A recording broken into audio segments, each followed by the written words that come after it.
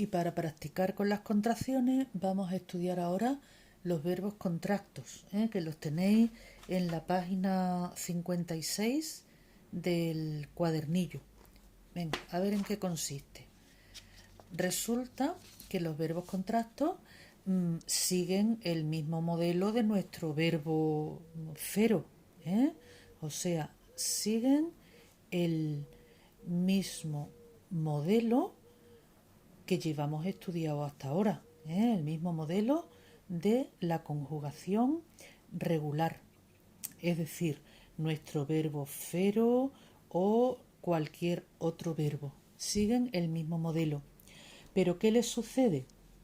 Son verbos contractos porque la raíz termina en una alfa, en una épsilon o en una ómicron, aunque estos son muy pocos, hay muy poquitos verbos con la raíz terminada en ómicron y no los vamos a estudiar este año, y no los vamos a estudiar. O sea que nos vamos a centrar en los verbos que tienen la raíz terminada en alfa y en épsilon, es decir, en su enunciado vamos a observar que terminan o bien en AO o bien en EO. ¿Vale? Un verbo como que tenga una raíz tima es un verbo contracto. Su enunciado será lo mismo que en fero, raíz fer y desinencia omega, pues aquí el enunciado será raíz tima y desinencia omega. Aquí tenéis la terminación AO del enunciado de un verbo contracto. En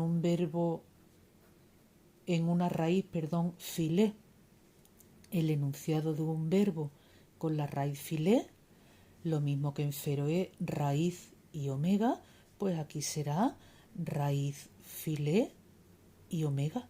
Aquí tenéis cómo se puede identificar por el enunciado si un verbo es contracto o no. ¿Y por qué se llaman verbos contractos?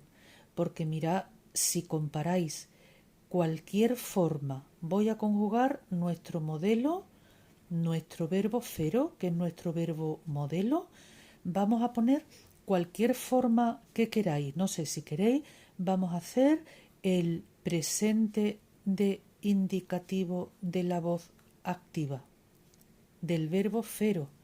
Venga, que nos lo sabemos perfectamente. Es la raíz fer más las terminaciones las voy a separar. Fero, feréis, ferei, feromen, ferete y ferusi. Y ahora vamos a hacer lo mismo, pero del verbo timao. Y mirad qué es lo que va a pasar. Lo mismo, pongo la raíz, lo mismo que aquí fer, ahora pongo timá. Y voy a poner las terminaciones. O, eis, ei, omen, ete y usi. Aquí voy a escribir la raíz siempre, para que lo veáis mejor. Timao, tima eis, tima ei, tima omen, tima ete y tima usi. A que ya os dais cuenta de qué es lo que está pasando, que se están produciendo hiatos. 1, 2, 3, 4, todos son hiatos. Y ya sabéis qué es lo que hace el griego con los hiatos. Todos estos son hiatos. Y ya sabéis qué es lo que hace el griego. Va a haber contracciones vocálicas. Va a haber contracciones vocálicas, que es lo que acabamos de estudiar. Y por eso, porque estos verbos sufren en prácticamente todas sus formas contracciones vocálicas, porque la raíz termina en vocal y se encuentra siempre con una terminación que empieza por vocal. Se producen contracciones vocálicas y por eso se llaman verbos contractos. Vamos a poner cualquier forma de un verbo normal. Ahora vamos a fijarnos en el infinitivo de presente de la voz media. ¿Cómo es el infinitivo de presente de la voz media de nuestro verbo modelo fero?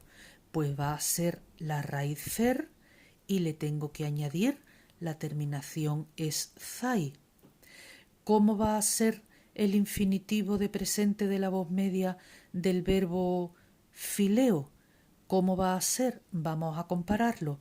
Va a ser filé, que es la raíz, y le tengo que poner esthai. Pues ya tenemos aquí otro hiato, fere esthai. ¿Cómo se soluciona? Pues lo mismo, se soluciona por haciendo una contracción vocálica. Otra vez tenemos ahí el hiato. Y entonces, como ya hemos estudiado las contracciones vocálicas, pues tenemos que ver cómo va a quedar de verdad el infinitivo de, por ejemplo, de presente de la voz media del verbo fileo. ¿Cómo era la contracción de épsilon más épsilon? La tenemos que repasar.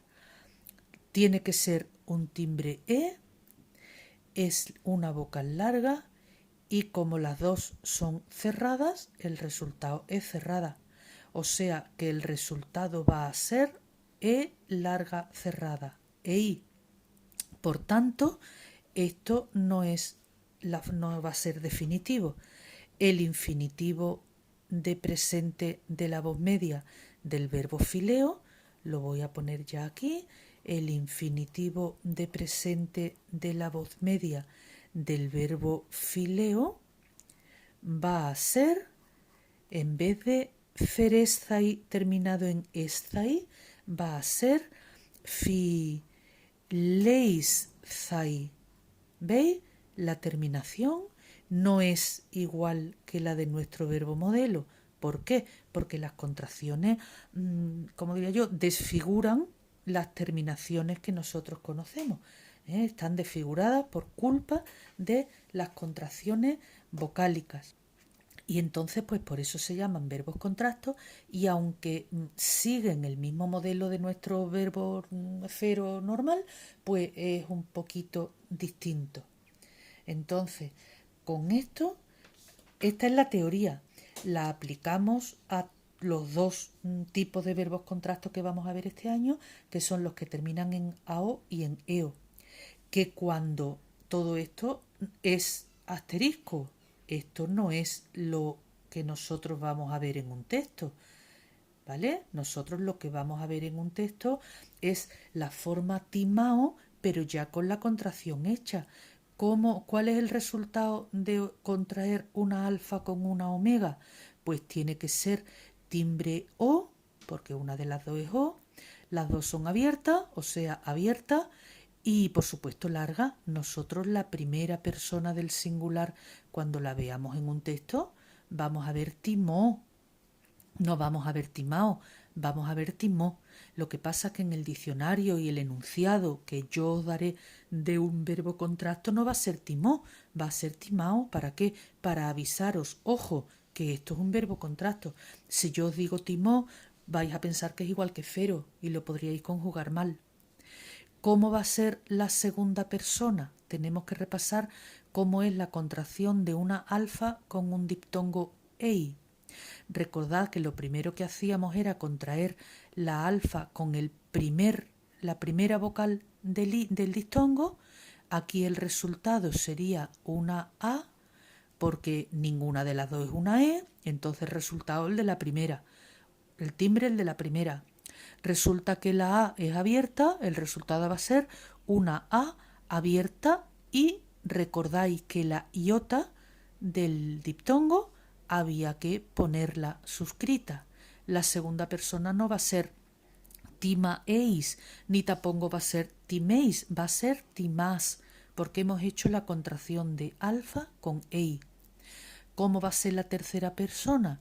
Pues va a ser, tengo que contraer A más E y me da una A y la I la suscribo. ¿Cómo va a ser la contracción de alfa y ómicron?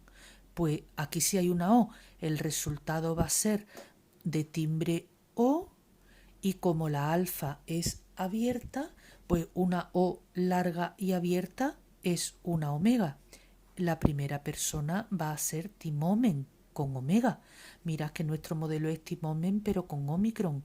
¿Por qué aquí hay una omega? Por el resultado de la contracción.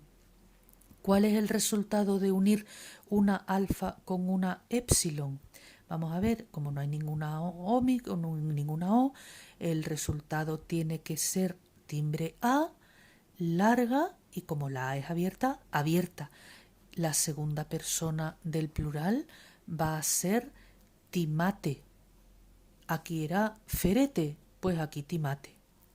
Y timausi, ¿cómo va a ser el resultado de la contracción? Pues tengo que contraer, una de ellas es de timbre O, por tanto el resultado va a ser timbre O. Esta es abierta, por tanto el resultado va a ser abierta, y larga. Una O larga y abierta es una omega, timosi. En nuestro modelo es timusi, aquí es timosi. ¿Veis cómo las terminaciones, aunque se han formado, aunque estos verbos siguen el modelo del verbo lío, veis cómo las terminaciones son distintas? ¿Por qué? Pues por culpa de las contracciones vocálicas.